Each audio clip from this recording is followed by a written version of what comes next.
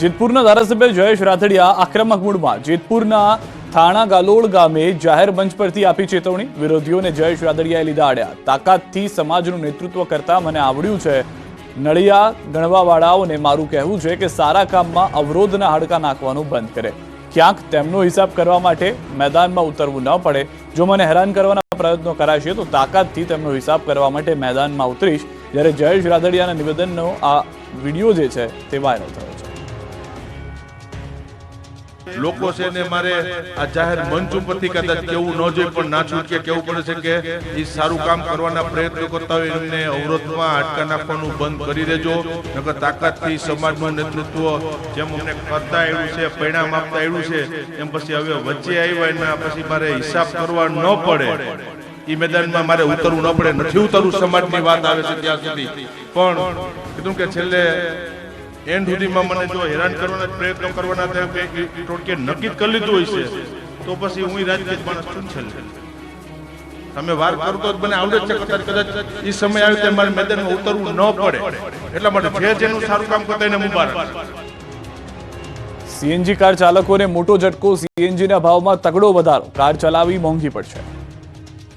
Petrol ડીઝલના આસમાને પહોંચેલા ભાવ બાદ હવે સીએનજી ગેસના ભાવમાં તગડો વધારો થયો છે.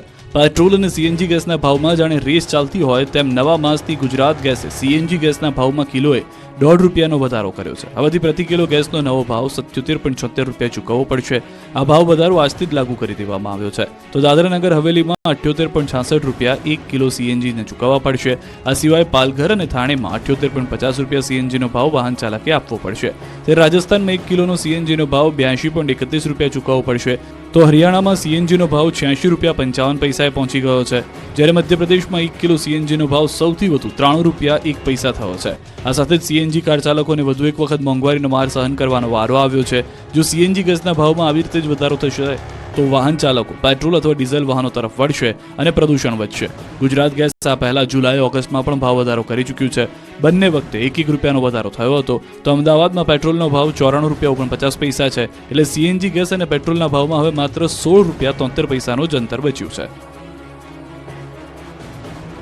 વાવના રાધા નેસડા કેનાલમાં પાણી નહીં મળતા નર્મદા અધિકારીઓને જગાડવા ખેડૂતોએ ઢોલ વગાડ્યા. કેનાલમાં તાપણા કર્યા.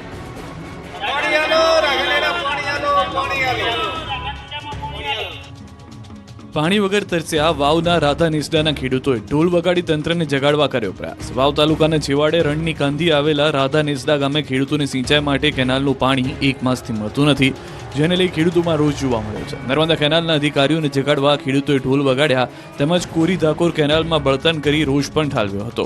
વાવની આકોલી બ્રાન્ચમાંથી નીકળતી રાધા નેસડા માઇનોર કેનાલમાં 1 માસથી ખેડૂતોને પાણી મળતું નથી. કેનાલ કોરી ધાકોર પડી છે, જેને લઈ ખેતરોમાં પાક સુકાઈ રહ્યો છે. ખેડૂતોએ ખેતરોમાં મોંઘા દાટ બિયારણ ખેડ ખાતર નાખી બેઠા છે, પણ પાણી મળતું નથી. અધિકારીઓને ફોન કરે તો કહે પાણી મળી જશે. એજન્સીવાળા પાણી કાપી નાખે છે, જેથી પાણી મળતું નથી તેવા આક્ષેપો કર્યા હતા. જો આ સમસ્યાનો ઉકેલ નહીં આવે તો ખેડૂતોએ ભૂખ હડતાલ પર ઉતરવાની ચીમકી ઉચ્ચારી હતી. દિલ્હી મુંબઈ કોરિડોર હાઈવેનો 14 ગામના ખેડૂતોએ કર્યો છે વિરોધ. દાહોદથી નીકળતા દિલ્હી મુંબઈ કોરિડોર હાઈવેને લઈને ખેડૂતો વિરોધ કરી રહ્યા છે. દાહોદના 14 ગામના ખેડૂતો વળતરને લઈને મેદાને આવ્યા છે. જાલોદ તાલુકાના અસરગ્રસ્ત 14 ગામના ખેડૂતો 17 મૂળભૂત સુવિધાઓને લઈને વિરોધ કરી રહ્યા છે. આ અંગે છેલ્લા 3 વર્ષથી માંગણીઓ કરી રહ્યા છે. આંદોલન અને આવેદનપત્રો આપી રહ્યા છે, છતાં તંત્રના પેટનું પાણી ન હલતા અંતે ફરી 14 ગામના લોકો રોડ પર ઉતર્યા હતા. તંત્ર હવે લેખિતમાં બાહેધરી નહીં આપે તો 3 ડિસેમ્બરે રોડનું ચાલતું કામ બંધ કરવાની ચીમકી આપી છે. 2 ડિસેમ્બર બાદ માંગણી પૂરી કરવા માટે લેખિત બાહેધરી નહીં આપે તો લોકો ઉગ્ર આંદોલન કરશે. 3 ડિસેમ્બરે ખેડૂતો પરિવાર સાથે હાઈવે પર ઉતરીને કામ બંધ કરાવશે. ટીઆરપી અગ્નિકાંડના સૂત્રધાર સાગઠિયાને કોર્ટમાં પરિવારને મળવા દીધા. નાસ્તાની મોજ કરાવી. રાજકોટમાં 27 લોકોને ભરખી જનાર ટીઆરપી ગેમ ઝોન અગ્નિકાંડની ઘટનાના સૂત્રધાર એવા મનસુખ સાગઠિયાને કોર્ટમાં બોગસ મિનિટ્સ બુક બનાવવાના કેસમાં હાજર કરાયો.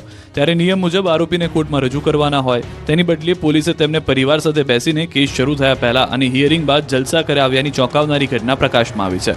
મનસુખ સાગઠિયાને ચીફ જ્યુડિશિયલ મેજિસ્ટ્રેટની કોર્ટમાં લાવવામાં આવ્યા હતા. આ દરમિયાન મનસુખ સાગઠિયા પરિવારજનો અગાઉથી જ કોર્ટમાં આવી ગયા હતા.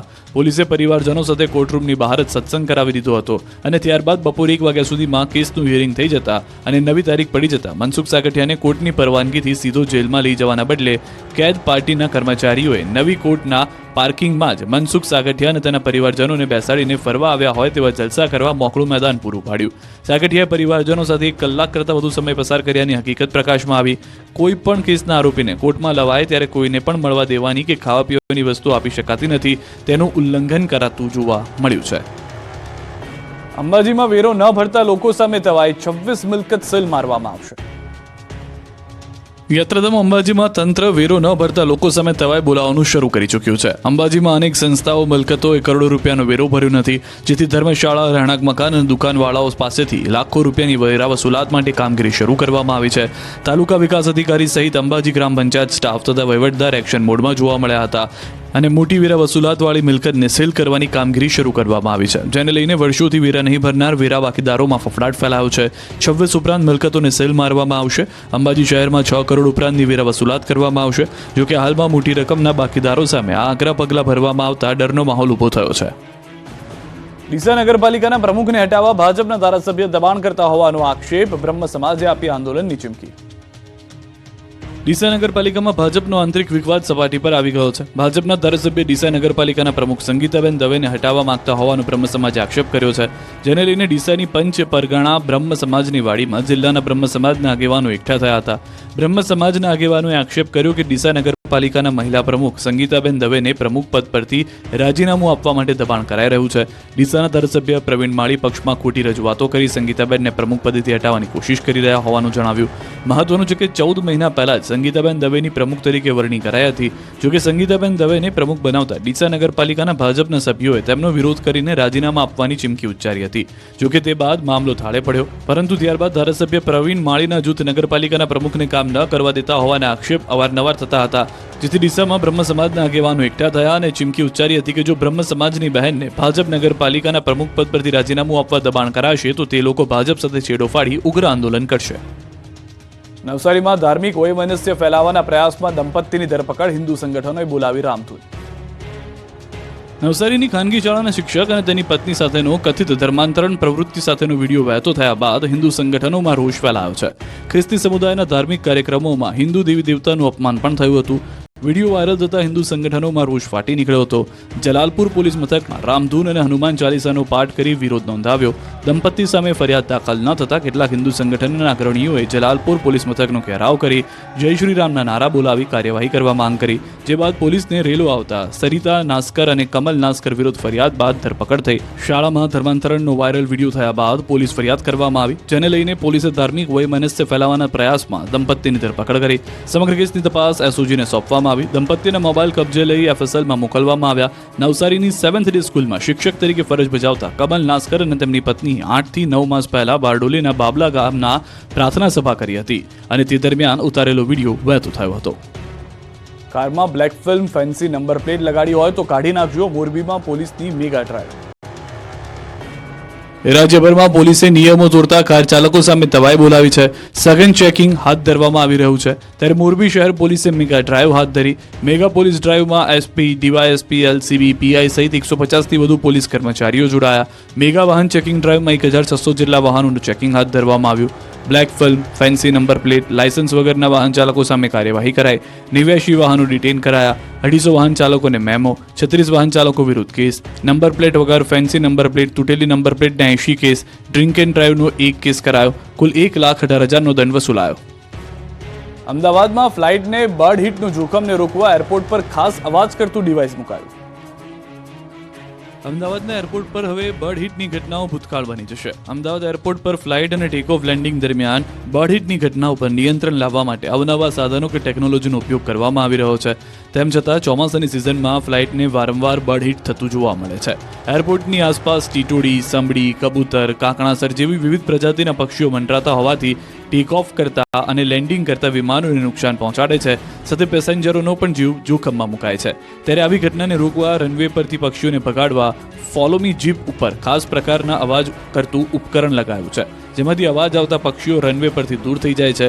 રનવેની આસપાસ મૂકવામાં આવેલું સોલારથી ચાલતા ડિવાઇસમાંથી વિવિધ પ્રકારના અવાજો આવે છે, જેનાથી પક્ષીઓ રનવે પર આવતા અટકે છે.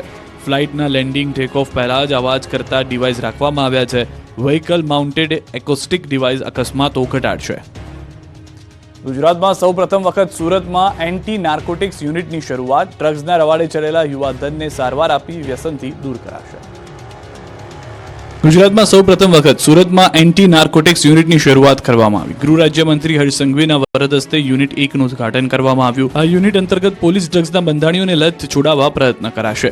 આ સેન્ટરમાં આવનાર ડ્રગ્સ બંધાણીની ઓળખ સંપૂર્ણ રીતે ગુપ્ત રાખવામાં આવશે. પોલીસ તેની સામે કોઈ પણ પ્રકારની કાર્યવાહી કરશે નહીં. અત્યાર સુધી પોલીસ ડ્રગ્સ અને એનડીપીએસમાં આરોપીઓને પકડતી હતી અને નશાનો કારોબાર રોકવાનો પ્રયત્ન કરતી હતી, પરંતુ હવે નશાના કારોબારને રોકવાના અભિયાનની સાથે હવે સુરત પોલીસ સમાજ સેવાનું પણ કાર્ય કરશે.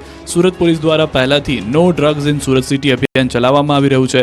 ત્યારે ગૃહમંત્રી હર્ષ સંઘવીએ ડ્રગ્સના રવાડે ચડેલા યુવાનોને આહવાન કર્યું કે તમારી સામે કોઈ પણ પ્રકારના એક્શન પણ લેવામાં આવશે નહીં, એટલે ડર્યા વગર આ યુનિટનો વધુમાં વધુ લાભ લો. હવે સુરતનો ટેક્સટાઇલ ઉદ્યોગ સંકટમાં છે. કારીગરોની અછતથી મુશ્કેલી. હીરામાં મંદી બાદ હવે ટેક્સટાઇલ ઉદ્યોગ પર પણ સંકટના વાદળો ઘેરાયેલા છે. હાલ સુરતના ટેક્સટાઇલ ઉદ્યોગમાં તેજીનો દોર ચાલી રહ્યો છે, પરંતુ સામે પ્રોડક્શન નથી થઈ રહ્યું. તેનું કારણ છે કારીગરોની અછત. દિવાળીનો તહેવાર તેમજ છઠ પૂજા કરવા માટે કારીગરો તેમના વતન ગયા છે. હજુ પણ મોટા પ્રમાણમાં કારીગરો પરત નથી આવ્યા. તેની સીધી અસર ટેક્સટાઇલ ઉદ્યોગ પર જોવા મળી રહી છે. કારીગરોને બોલાવવા માટે વેપારીઓએ વ્યવસ્થા કરી આપવા છતાં પણ કારીગરો ન આવતા હાલ તેજી વચ્ચે કમાવાના સમયે વેપારીઓને રડવાનો વારો આવ્યો છે. કાપડની માંગ હોવા છતાં પણ પ્રોડક્શન પૂરું કરી શકતા નથી, જેથી વેપારીઓને મોટું નુકસાન થતું જોવા મળી રહ્યું છે. આ ઉદ્યોગમાં મોટા પ્રમાણમાં કારીગરો ઓરિસ્સાના છે. વતન ગયા બાદ તેમના વતનમાં લગ્ન પ્રસંગ ચાલી રહ્યા છે. સંબંધીઓને ત્યાં લગ્ન છે, જેને લઈને કારીગરો પરત આવી નથી રહ્યા. હાલ 60% જેટલો જ ઉદ્યોગ ચાલુ હાલતમાં છે, જેને લઈને કહી શકાય કે 4 લાખ કરોડ કાપડનું ઉત્પાદન છે, તેમાંથી 40%નું કામ થાય છે. ઘણા પ્રોસેસિંગ હાઉસ તો હજુ ચાલુ પણ થયા નથી. ગ્રાહકી હોવા છતાં ટેક્સટાઇલના વેપારીઓ પહોંચી શકતા નથી. જો હજુ પણ કારીગરો કામ ધંધે નહીં લાગે તો કાપડ માર્કેટમાં પણ મંદી આવતા વાર નહીં લાગે. નવનિર્માણ આંદોલનની 50મી વર્ષગાંઠ નિમિત્તે અખિલ ભારતીય વિદ્યાર્થી પરિષદ છાત્ર શક્તિ યાત્રા યોજશે. નવનિર્માણ આંદોલનની 50મી વર્ષગાંઠ નિમિત્તે અખિલ ભારતીય વિદ્યાર્થી પરિષદ છાત્ર શક્તિ યાત્રા યોજશે. આગામી 20 ડિસેમ્બરે મોરબી, કર્ણાવતી અને સુરતથી યાત્રાનો શુભારંભ થશે. યાત્રા જિલ્લાના કેમ્પસમાં જાહેર સભાઓ યોજશે. 1500 કિલોમીટરની યાત્રામાં વિદ્યાર્થીઓને જાગૃત કરવામાં આવશે. વિદ્યાર્થીઓને નવનિર્માણ આંદોલનના ઇતિહાસથી અવગત કરાવવામાં આવશે.